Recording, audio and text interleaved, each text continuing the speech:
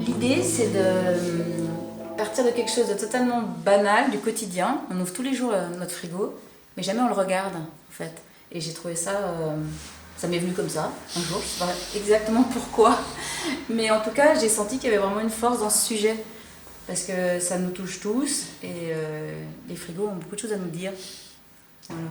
De nos vies, de nos modes de vie, de nos modes de consommation, de nos états de vie aussi. Ouais, si on est heureux, triste, ordonné, hyper compulsif devant son frigo, enfin, dans son frigo. Enfin, en fait, il nous raconte plein de choses. Mais pourvu qu'on les regarde, c'est ça qui est drôle.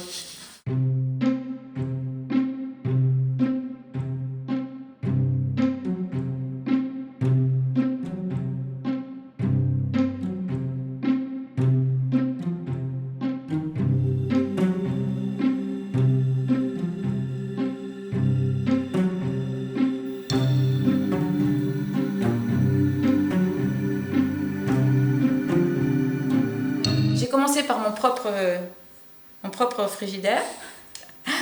Et puis très vite, je me suis dit que c'était intéressant d'aller chez les autres, quoi, parce qu'en fait, on se rend compte que un frigo, c'est assez intime. Ça décrit beaucoup plus une personne qu'on ne le croit. Et d'ailleurs, je l'ai constaté, puisque les gens n'ont pas voulu forcément, se sont pas laissés faire. Enfin, en fait, il y en a qui n'ont pas voulu que je prenne en photo leur frigo. Donc parfois, je suis allée voler des photos. Je me suis levée la nuit, quand en week-end chez des amis. Je suis allée prendre le réfrigérateur en photo sous toutes ses coutures. Voilà, en pleine nuit, c'est un côté assez amusant. Et bien sûr, je ne dirai pas à qui ils appartiennent, mais par contre, c'est vraiment un instant T de la vie d'une personne, de la vie d'une famille. Il y a plein de choses à faire, quoi. C'est vraiment des autoportraits à chaque fois. D'ailleurs, j'avais pas un frigo à l'insu de la personne, elle l'a vu, et quand elle l'a vu, elle a reconnu son propre frigo. Et elle m'a dit, ouvre-moi ton frigo, je te dirai qui tu es. Enfin, en fait, c'est vrai que c'est assez révélateur d'une personne et de sa personnalité, de sa vie.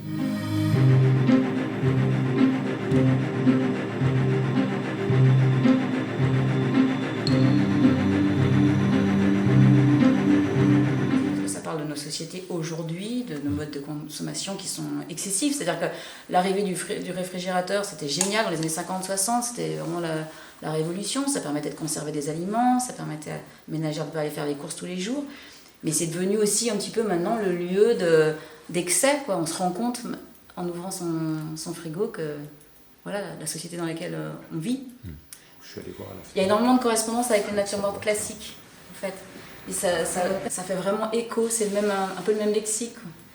Déjà, on a des aliments et des contenants qui sont donnés à voir, non pas sur une table, là c'est des rayons d'un frigo.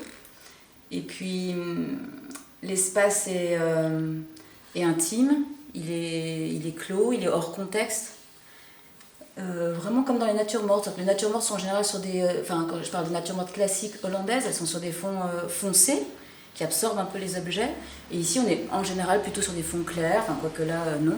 Mais des fonds assez neutres, qui valorisent ces aliments et ces éléments.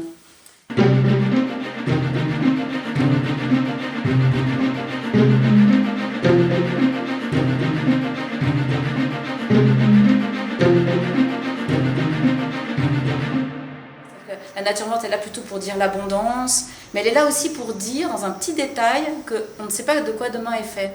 Donc, dans les natures mortes hollandaises, on retrouve par exemple des papillons, des mouches, ou bien un élément en bascule dans la composition. Donc ici, on les retrouve, alors que j'ai absolument pas triché, enfin, il y a vraiment des choses qui débordent de la composition. Et puis, j'ai aussi caché quelque chose qui ne doit pas se retrouver dans un frigo, pour parler de la disparition des espèces. Donc en fait, j'ai caché un petit oiseau, et en le cherchant bien, on peut arriver à le trouver dans le bas du frigo. Voilà, c'était une façon de dire attention, tous ces emballages sous plastique, à quoi ça peut nous mener.